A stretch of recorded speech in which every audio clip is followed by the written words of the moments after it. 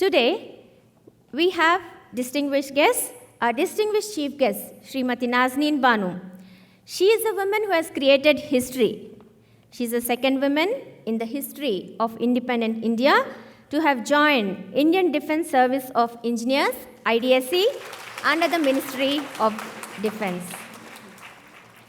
She has held many prestigious positions, the most recent one being the Director, National Gallery of Modern Arts, NGMA. Thank you, ma'am, for being with us today. A very warm welcome to you. I request Srimati Rajeshwari to welcome Srimati Nazneen Banu with a sapling.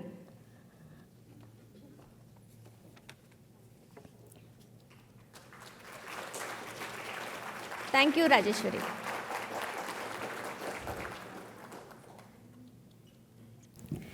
दीप ज्योति परब्रह्म दीप ज्योति जनार्दन दीपो हर्तु मे पापम दीप ज्योतिर नमस्तुते।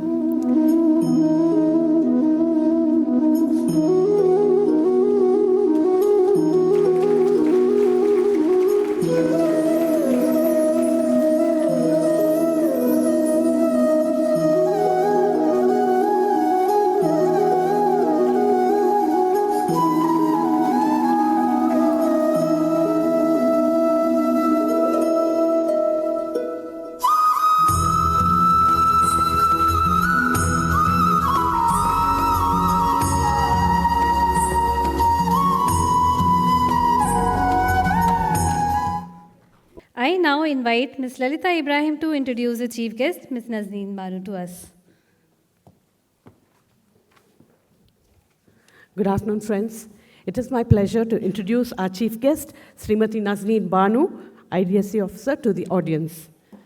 Srimati Nazneen Banu is an officer of the Indian Defence Service of Engineers, IDSE 2001, currently serving as director in the Department of Military Engineer Services under the Ministry of Defence, Government of India. She is the second woman officer to join the IDSE service after qualifying at the UPSC Indian Engineering Services examination. I think that deserves a round of applause. And she is one of the youngest engineers to be featured in the Compendium of Women Engineers in India, published by INAE under the aegis of Azadi Ka Amrit Mahotsav, released by Honorable Minister Shri Jitendra Singh in 2023. That also deserves an applause, ladies and gentlemen.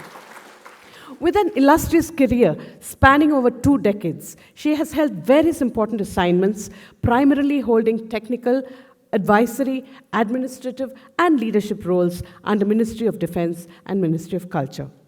During her 16-year stint with the Department of Military Engineer Services at Delhi, Bangalore, Vizag, and Pune, she got the opportunity to handle large infrastructure development projects, including important strategic projects of the Army, the Air Force, the Navy, as well as DRDO.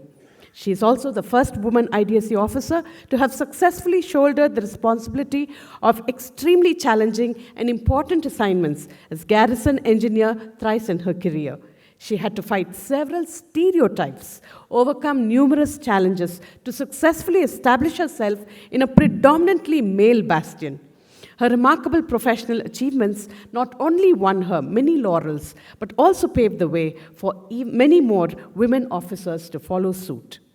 After making immense professional contribution to India's military power, she proceeded on deputation to the Ministry of Culture in 2018 and effectively contributed to strengthen and pursue India's soft power at the national and international level for over 5 years, heading 2 prestigious cultural institutions while serving as the Director of National Gallery of Modern Bengaluru with additional charge of NGMA Mumbai. She led the NGMA team to curate and organize several important national and international exhibitions and outreach programs for diverse category of museum visitors with special emphasis on inclusion of underprivileged and differently abled children. She's also a founder member of Defence Infrastructure Planning and Management Council of India. Making a unique professional transition from defence to culture, Srimati Nazneen Banu is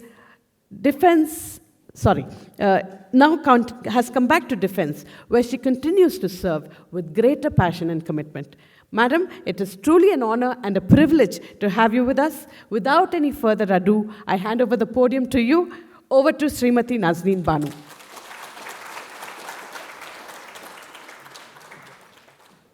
Thank you very much, ma'am, for that generous introduction, and that motivated me all over again. And before I say something else, let me admit that it's one of the rarest occasions that I am in a gathering which is dominated by so many powerful women, and that makes me so nervous. I, as you know, come from a service, Indian engineering service, which itself, engineering per se itself, you have hardly any women, and then engineers who write and qualify engineering services is again, very few of them, and then out of that, somebody who joins defense, and that too as an engineering services officer. And when you know that defense has been very late in, including the women in their fold, and that was primarily the armed forces, the uniformed forces. So let me first clarify that I don't wear uniform. I come under the Central Civil Services rule. I'm governed by a different set of rule, but by qualifying the UPSC IES examination, which we commonly called Indian Engineering Services, but it's Engineering Services examination, which is conducted by UPSC. And joining this department, which is an organized Group A service, it gives me the opportunity to serve any ministry or department under the government of India. So don't be under the impression that I wear uniform and fight war. There's nothing military about military engineer services. It's completely a technical service where you contribute effectively to the nation building by enhancing the operational preparedness of the armed forces. And let me upfront also admit, how smart and intelligent your director is. How beautifully, how sweetly he palmed off all the responsibility to the women here. And all this while we were clapping and nodding for him. No wonder that we are on the moon today. So thank you very much, sir. That was on a lighter note. Let me come to a formal part of my address, and then the action part begins. What was my challenges in this service, being the second women IDSE officer in the history of independent India. So firstly, Ms. Anjani Sri Lakshmi ji, Chairperson IWD 2024 Organizing Committee, Sri M. Shankaran, so I hope you didn't mind what I said, Director URSC, Ms. Anjali Elias Shankar, Controller URSC, Ms. Uma Reddy, Managing Director, and the chief guest here, distinguished audience, empowered women scientists, my dear friends. I hardly find any gentlemen here, but ladies and gentlemen. Namaskar, and a very, very good evening to all of you. Ellarigu namaskara. This is what I have learned. So let me put it straight that all the women who are sitting in this auditorium, irrespective of their rank, their appointment, their grades, are super achievers and equally deserving to be on this stage and share their inspiring journey from the position where I stand and speak today. Nonetheless, I'm fortunate that today I have been given this opportunity to speak and share my story. I feel really humbled, honored, and thank the URSC organizing team, the director, the controller, and each one of you from the bottom of my heart. Thanks for being truly inclusive in making this day. In any case, I hardly have any IDSE women officer in station, or for that matter, in Karnataka, to join me on this day and say cheers. Though it is not possible to share a journey of over 4 decades in a short time, given the fact that I trace my paternal roots to a very remote village of district Chhapra, Bihar. It's called Olhanpur, and which I'm sure not many of you would have heard or known of, which also happens to be my birthplace. So my journey began in that remote village of Bihar in the year 1977. So the social and cultural milieu prevalent in the village at that point in time was deeply patriarchal and regressive. Well, my life also began from that claustrophobic, regressive environment, like numerous other girls in that village who were married off at a tender age. But unlike theirs, my life charted a completely different course, braving many odds, surmounting numerous challenges, and placing me in positions that were no less than a dream. Ladies and gentlemen, let me also admit that I represent the first generation of female graduates in our family. Thank you. And we were fortunate to even enter any professional college. I earned my graduation from electrical engineering. Thereafter, I pursued my master's from Indian Institute of Science, Bangalore. That was after qualifying GATE. And thereafter, I cleared the Indian Engineering Services examination and joined the IDSE service in August 2002. In a blemish-free career spanning over 2 decades now, I got the opportunity to serve various departments under Ministry of Defense and Ministry of Culture. My brief profile, thank you very much, madam, you have already been read out, so I won't delve much into the same, but yes, I made a rather unconventional choice of service and thereafter charted a very interesting and unique professional trajectory. That also includes heading 2 prestigious government cultural institutions and regional centers of National Gallery of Modern Art. Well, I was just before joining or repatriating to defense again, I was heading NGMA Bangalore as well as Mumbai for 5 years, and probably the only officer from any Indian engineering services to be trusted with these kind of appointments, that I was heading a cultural institution and pursuing the soft power at the national and the international level. And I'm thankful to the DOPT and the officers sitting in Ministry of Culture for choosing me and for trusting me with these appointments. Well, this journey has been really fulfilling. It has been really enriching, challenging, of course, but overall, it has been a great learning experience for me. Let me also admit upfront that a career woman who's ambitious and has a mind of her own can never have it easy and can never have it all. And there's always some trade-off that one has to make as you aspire to grow up the ladder in your career. With almost 21 years of experience behind me, I can easily say that it's a bitter truth in this world that a woman has to work much harder than the men. They are put to much closer scrutiny, not only by men, but the women as well. They are stereotyped and judged at every juncture, and people who have the courage to display kindness, who can admire and appreciate women, especially those women who are capable, has a mind of her own, who is sharp, smart, decisive, can stand her ground and lead from the front, are still an exception in our society and not a norm. I'm really happy to be with all of you. ISRO, with over 30% representation of women employees, I'm sure is a role model and employer for all the other organizations to follow. But I stand here in stark contrast. I come from a service which is yet to breach even 3% mark in the women representation, and I represent the second women officer who joined the service in the history of independent India. Though the service rules of IDSE were framed in 1949, these rules were made statutory post-adoption of Constitution, and there is no bar on women joining the service. However, the first women officer joined in 1989, and after a gap of 13 years in the year 2002, I joined service, so we are almost generations apart. Talking about Indian engineering services, as you all may know by now, and I'm sure most of you, some of you would have attempted that as well. Well, UPSC has been conducting this exam since ages, and people have been joining different departments. You have heard of railways, so there are many organized group A services in railways, in telecom, in ordnance factories, in Central Groundwater Commission, defense, and so on and so forth.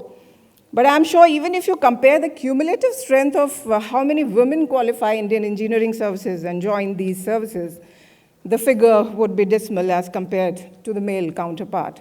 Reasons can be many, but that should not deter me from talking and promoting these services. Unlike various civil services, which has a much wider and direct public interface, most of the engineering services do not have a larger and wider public visibility, and thus these services do not get the desired recognition and honest appreciation of all the good work that they do. Well, Indian engineering services constitute the very foundation and backbone of India's growth story. They contribute directly to propel the GDP. However, when it comes to getting the fair dues of their immense contribution to the nation building, the picture is largely grim. Engineers, and mostly the ones who work with the government and the public works department, are in news for all the wrong reasons, and thus the public perception about any engineering or engineer working in any government department is diametrically opposite to what the reality is. There is a stark difference between perception and reality, and I say this with all conviction, as I have served the Department of Military Engineer Services for better part of my life, almost 16 years, and also served on deputation to Ministry of Culture, and seen the other side of the coin too. If I talk about my service, I just touched upon that IDSE officer primarily are posted in the Department of Military Engineer Services, which is one of the largest government defense infrastructure development and maintenance agency.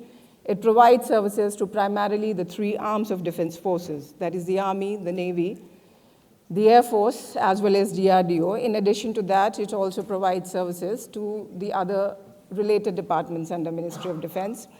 IDSE officer, primarily because they join from the Indian Engineering Services, they have the option to serve various other ministries and departments of the Government of India on deputation, and that's how I was serving to the National Gallery of Modern Art, Ministry of Culture.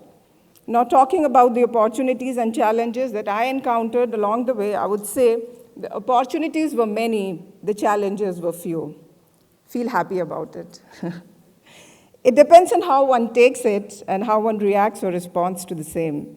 Now, pursuing a career itself is a challenge. Being a woman with a mind is another challenge. And in addition, the inherent gender biases operating in any given society itself poses numerous challenges, irrespective of whether you are a career woman or not.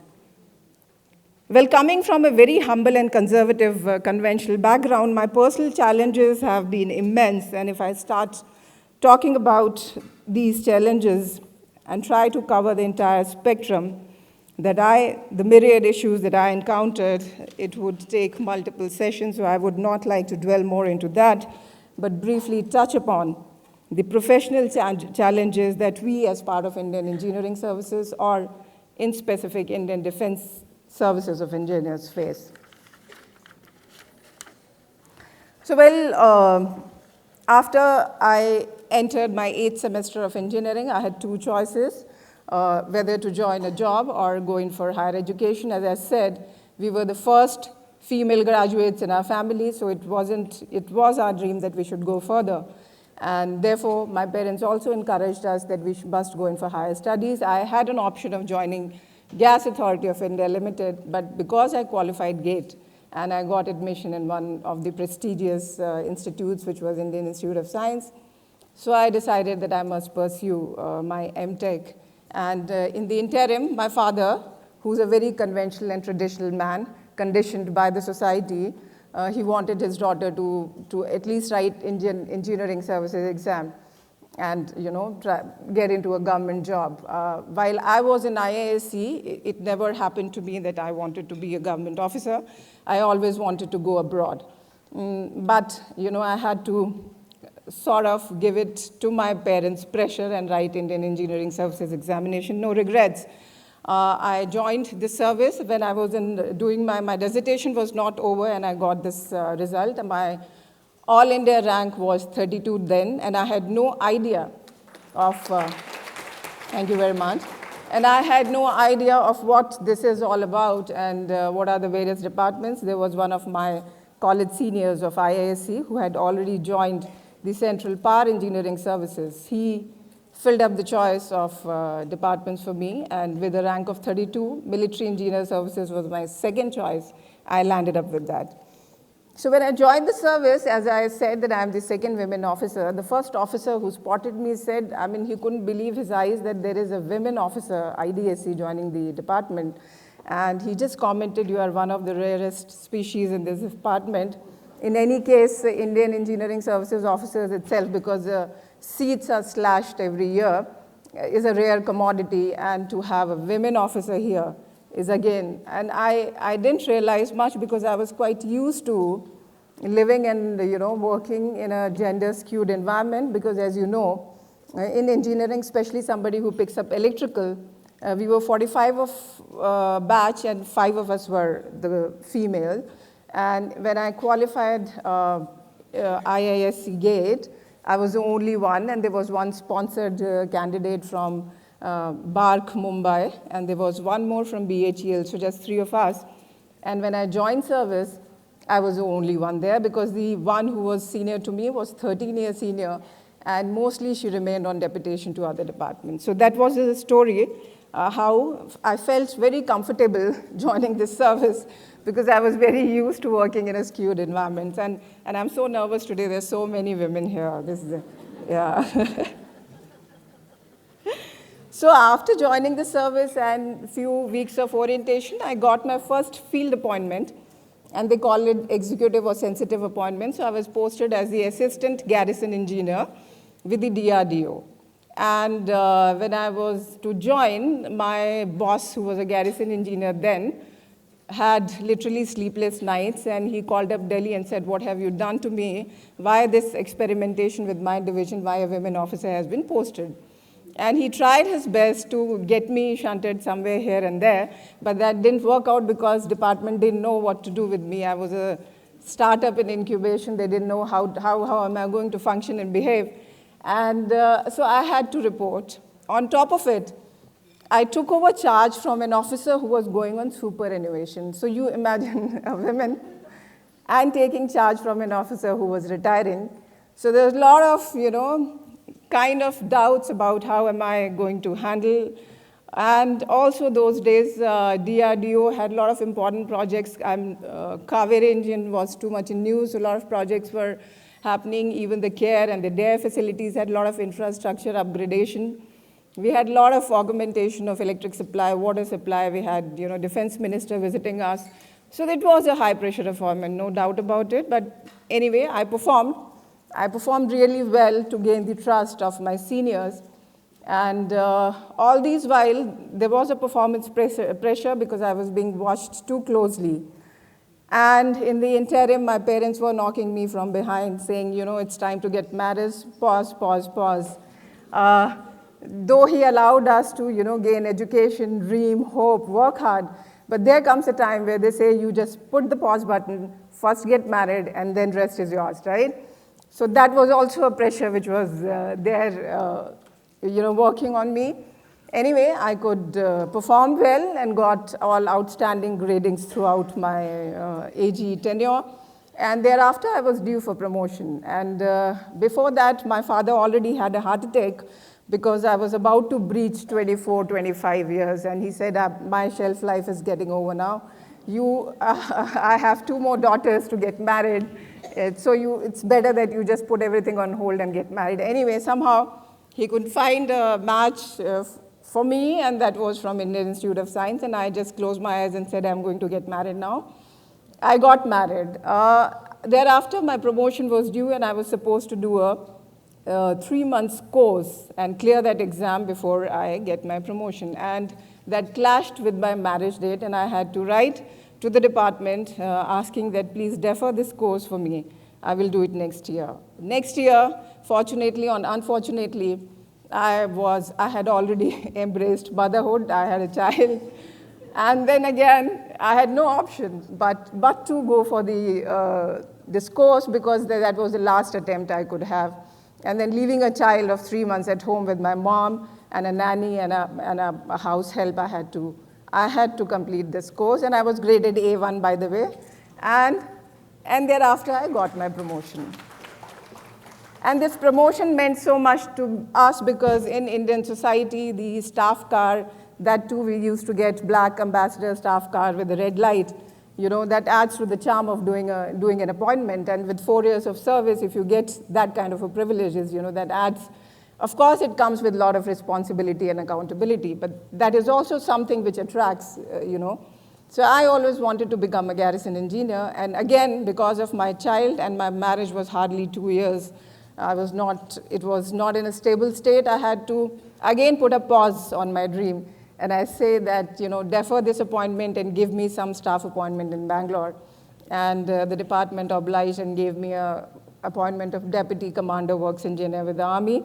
I was here for a year, and thereafter they gave me a garrison engineer, and I proceeded to Delhi on this appointment with a small child and a nanny and a house helper. That was it. And Delhi, as you all know, I don't know, how much, for any government, if you are an organized Group A service officer, you realize how much pressure it has serving in a Delhi, because it's too much of, push and pull happening from all the end.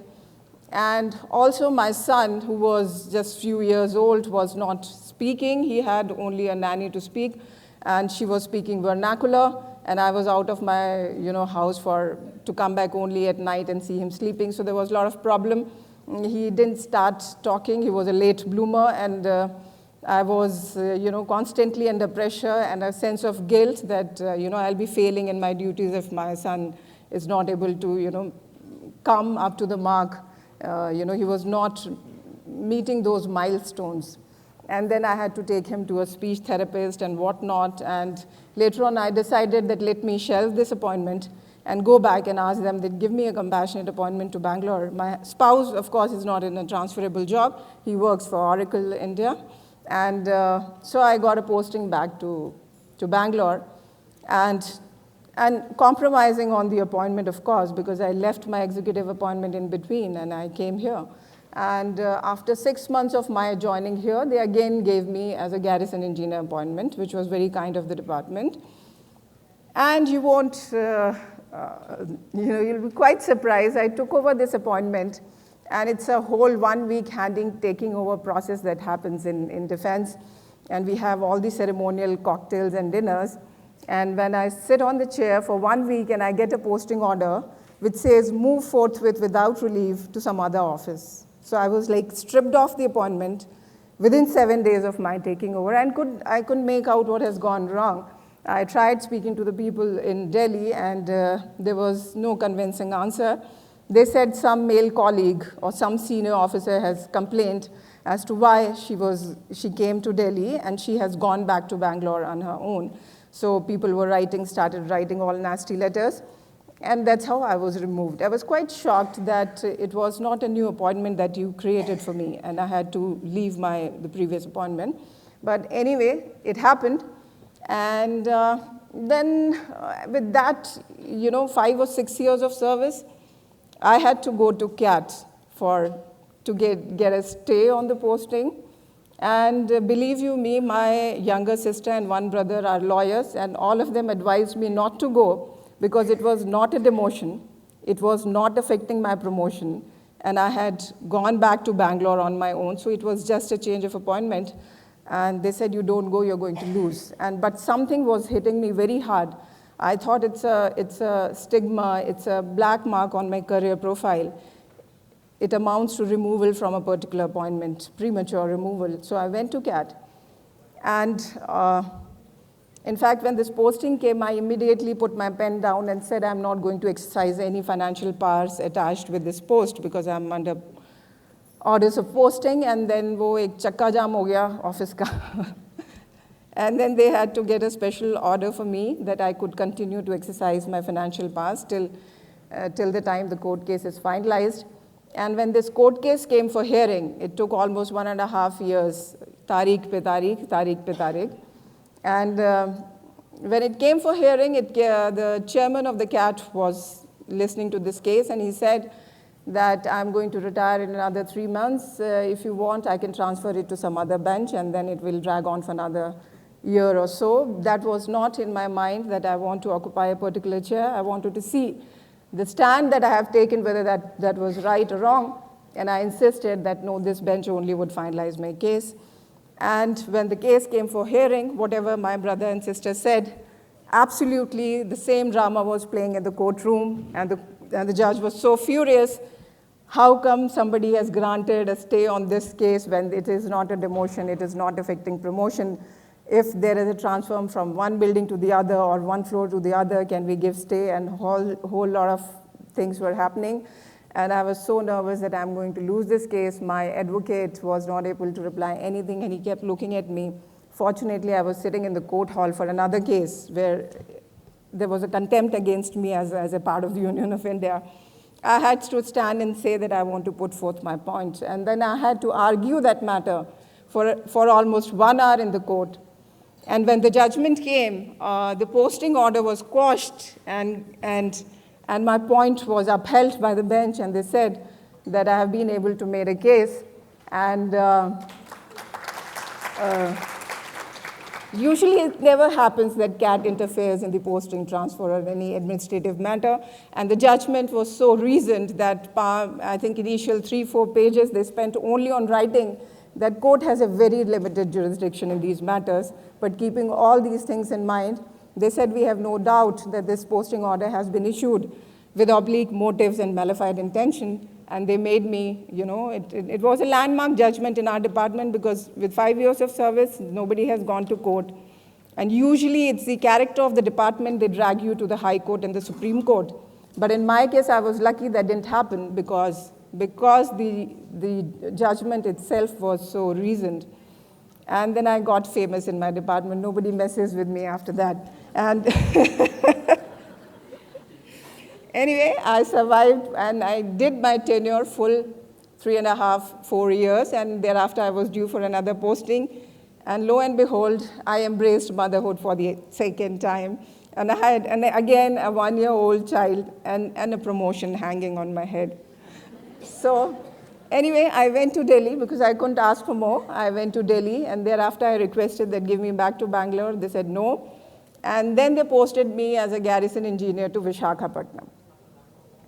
And that was with the Eastern Naval Command, and it was post the super cyclone Hudhud that had hit the Visakhapatnam post, and there's a whole lot of devastation happened. And when I remember when I landed at the airport was not there. The roof has completely blown off. And it was in that situation that I was put as a garrison engineer with the Eastern Naval Command. I was supposed to raise a division and then make sure that just after 1 year of my posting there was an international fleet review planned in which more than 50 countries were participating.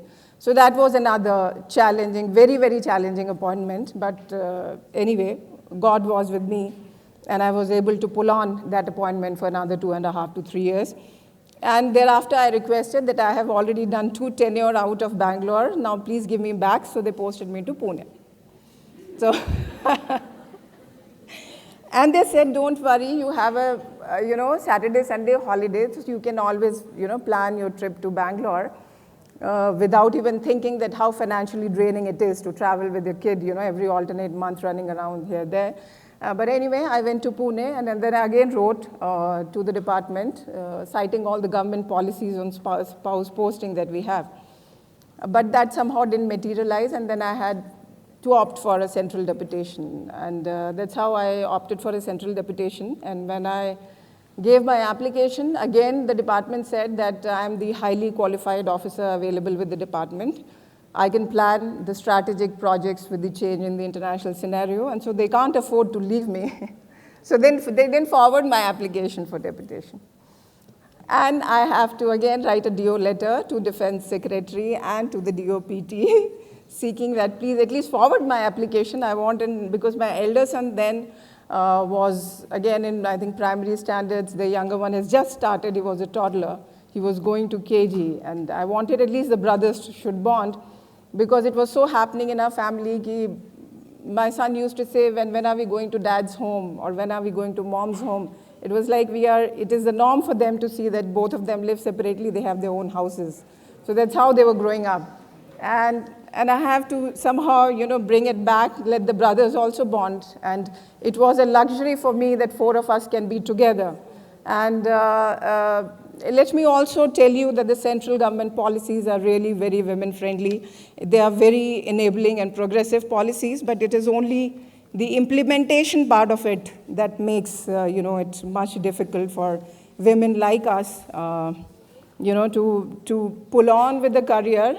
But I think the hard phase is over now. It made sense to the Ministry of Defense, and they forwarded my application. And when you go on deputation, they ask you to fill up 3 choices of department and 5 choices of station. You won't believe it, I didn't fill up any choice of department. I filled 5 Bangalore, Bangalore, Bangalore, Bangalore. And then they said, okay, let's go, you go to culture. I was wondering why I've been given, I'm an engineering services officer, and I've been given this, National Gallery of Modern Art, Bangalore. But it was a very, very interesting appointment. And do I have time, or do I need to stop now? I think, am I boring enough? I think I will not talk much about the culture, but that was, again, another cultural shock for me from an organization which is completely SOP-driven, completely rule-bound. To you go to an organization where imagination knows no bound, right? So, but then adjusting to that kind of environment, I was primarily in an administrative and leadership role there, so that didn't make my life tough, because then they have to obey what I say. They couldn't do anything about it. But the moment I landed up there, and of course, Ms. Anjali Shankar is here, she knows, within 3 months of my reporting, there was whole newspaper. The moment I opened the newspaper, Times of India, it says that artist at loggerhead within GMA, and there was a whole lot of debate of autocracy, bureaucracy, democracy happening. It just because of a simple reason that I shifted a ticketing counter to the entry gate. So entry ticket, I said the government is spending a whole lot of money on upkeep and security of the museum. Then the ticketing counter also has to be at the entry gate and not right in the center of the museum, and people just used to walk in and somebody parked a car in our parking and left overnight. So there were security hassles, and believe you me, a museum is more secure than any sensitive defense installation. And we spent whole amount of money on security. So within, I think, 15 or 20 days of my joining, I told the CPWD staff that you shift my ticketing counter outside. And that left to so much of backlash that the protests kept on happening, dragged on for 2-3 years. And anyway, I could survive that onslaught and protest. That was happening at Chitra Santhe, you would have known. So Chitra Santhe also, people were protesting, and when I opened the newspaper, my name is there. My son was very happy that mom is there in the newspaper. And my husband was equally tensed. He says, you are here to serve. Why do you keep doing these kind of things? Why don't you just shift it back? And anyway, if you go to NGMA, please take out time and go. The ticketing counter still remains where I shifted it. I survived the protest for 5 years. So that's, I think I should stop now, and let me conclude by saying that if I take a closer look in retrospect and pause and ponder over my own journey of these, over 4 years and over 2 decades with the service, it becomes increasingly difficult for me to even imagine that a life like this can ever be possible in my dreams. But that's what the idea of India is all about. A land where one can dare to dream, you can aspire, you can hope, and work hard to achieve. My life has been an outcome of sheer hard work, perseverance, and the core values of the Constitution. It's a consequence of the core values of the Constitution enshrined in our Constitution: the justice, the liberty, the equality, and the fraternity. This land gave me the opportunity. It gives opportunity to everyone. It is up to us what we make of this opportunity. I have traveled a long distance and covered a reasonably long span from being born in a remote village to where I'm placed today. It is this unique personal journey and ordinary relatability of my life that makes it extraordinary in many ways. And it also gives me the audacity to dream even bigger and hope for the realization of my dreams in the years to come. If you ask me my dream and vision of my service in 2047, I would like to see at least 47% of women representation in my service. That would not only bring about a paradigm shift in the working culture, the efficiency, and perception of the organization, but also contribute substantially to India's growth story, which aspires and is poised to become a developed nation by 2047. Thank you very much for including me in your celebrations. Your achievements are much bigger. You took us to the moon and made all of us proud. ISRO is a remarkable organization, is doing extremely well with exemplary leadership and extremely sharp and intelligent leadership. With participation of over 30% women employees, I believe they don't ask you to pack bags and move places every 3 years. That's again an added incentive. After seeing your organization, I believe it's the ideal organization any parent would aspire, especially for their daughters to join. Thank God my dad didn't know about ISRO, otherwise he would have made me write exam of ISRO. But please tell and encourage your daughters to also take up Indian Engineering Services exam and join the engineering services. There is enough and more opportunity to learn, to grow, and contribute meaningfully and substantially to the nation building. Professionally, it is very satisfying. And before I leave the mic, let me also acknowledge the men who have been instrumental and who have survived me all these years. Firstly, my father for giving me the wings to fly, my colleagues and my seniors who stood by me, and of course, my spouse. He's the wind beneath my wings for past 20 years. So thank you very much, and Jai Hind.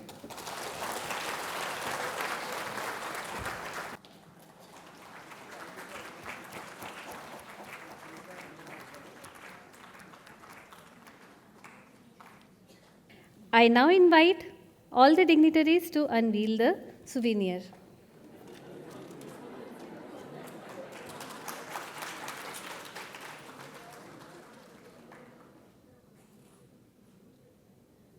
I request our chief guest, Ms. Nazneen Banu, to give away the prizes to the winners of Turncoat competition.